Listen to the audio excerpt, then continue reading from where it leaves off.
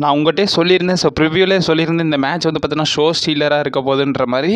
அதே மாதிரி தான் WWE பயங்கரமாகவே கொடுத்துருக்காங்க. ஸோ ஸ்டில் உங்களுடைய சாம்பியனாக கோடி ரோட்ஸ் தான் இருக்க போகிறார். பட் இந்த மேட்சை பற்றி எடுத்து சொல்லணும்னா ஸோ பயங்கரமாகவே கொடுத்துருந்தாங்கன்னு தான் சொல்லணும்.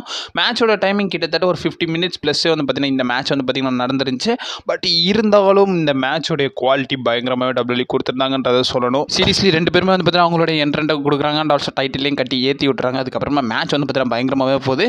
நல்லா ப்ரூட்டாலிட்டியாகவே அடிச்சுக்கிட்டாங்க தான் சொல்லணும். ஸோ மேட்ச் நல்லாவே இருந்துச்சு. மேட்ச் குவாலிட்டி பொறுத்த வரைக்கும் நல்லாவே கொடுத்துருந்தாங்க. ஸோ ஒரு ஒர்த்தான மேட்சாக தான் இருந்துச்சு. எனக்கு தெரிஞ்சு மெயின் ஈவெண்ட்டில் வச்சிருந்தா கூட பெரிய லெவலில் ஆச்சரியத்துக்கு இல்லை. பட் இருந்தாலும் ராயல் ரம்பில் பார்க்கணும்ல, மென்ஸ் ராயல் ரம்பில் பார்த்துட்டு தான் இதை மெயின் ஈவெண்ட்டில் வைக்கலாமான்றதை சொல்லணும்.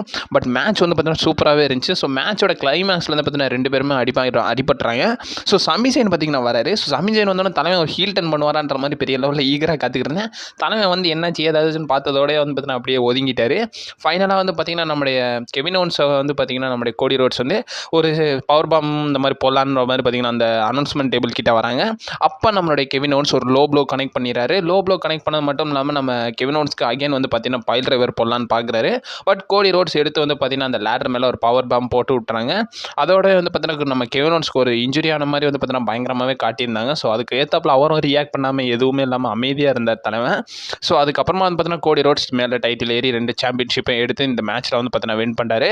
அவருடைய டைட்டில் வந்து பார்த்தீங்கன்னா ரீட்டைன் பண்ணிட்டாரு. அண்ட் ஆல்சோ இந்த டிஃப்ரெண்ட் ஸ்டிபுலேஷன் நல்லாவே இருந்துச்சுன்னு தான் சொல்லணும்.